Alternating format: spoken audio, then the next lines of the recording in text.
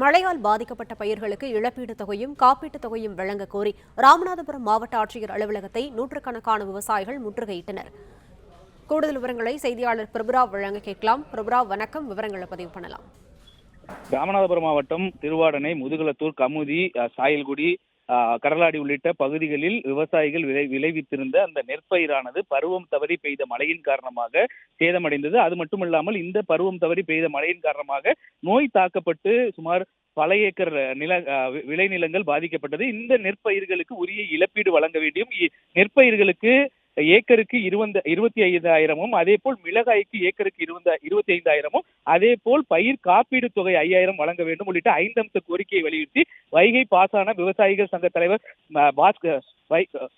பாக்கியநாதன் தலைமையில் 200க்கும் மேற்பட்ட விவசாயிகள் தற்போது ராமநாதபுரம் மாவட்ட ஆட்சியர் அலுவலக நுழைவாயிலில் முன்பு, குறிப்பாக அந்த மதுரை தனுஷ்கோடி முக்கிய தேசிய நெடுஞ்சாலையில் அமர்ந்து போராட்டத்தில் ஈடுபட்டு வருகிறார். இந்த போராட்டத்தில் ஈடுபட்டு இருக்கக்கூடிய விவசாயிகள் தங்களது கைகளில் சேதமடைந்த பயிர்களை கையில் வைத்துள்ளனர். அது மட்டுமல்லாமல் இந்த 5 அம்ச கோரிக்கையை உடனடியாக நிறைவேற்றிட மாவட்ட ஆட்சியர் நேரடியாக வந்து தங்களுடன் பேச்சுவார்த்தை நடத்தி உடனடியாக இந்த நிவாரண தொகையை அறிவிக்க வேண்டும் உள்ளிட்ட அந்த கோரிக்கையை வலியுறுத்தி தற்போது சுமார் ஒரு அரை மணி நேரத்திற்கு மேலாக அந்த சாலையில் அமர்ந்து விவசாயிகள் போராட்டத்தில் ஈடுபட்டு வருகின்றனர். இதனால் இந்த முக்கிய பிரதான சாலையில் போக்குவரத்தானது பாதிக்கப்பட்டு போலீசார் இந்த போக்குவரத்தை மாற்றி அமைத்து அளித்துள்ளனர். இதனால் இங்கு இவ்வழியாக செல்லக்கூடிய வாகனங்கள் அனைத்துமே மாற்றுப்பாதையில் செல்கிறது.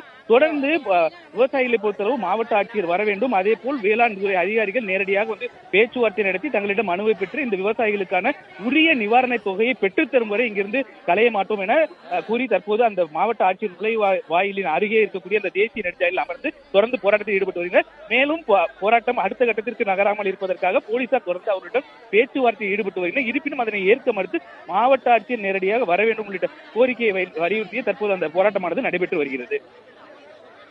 விவரங்களுக்கு நன்றி பிரபுராவ்.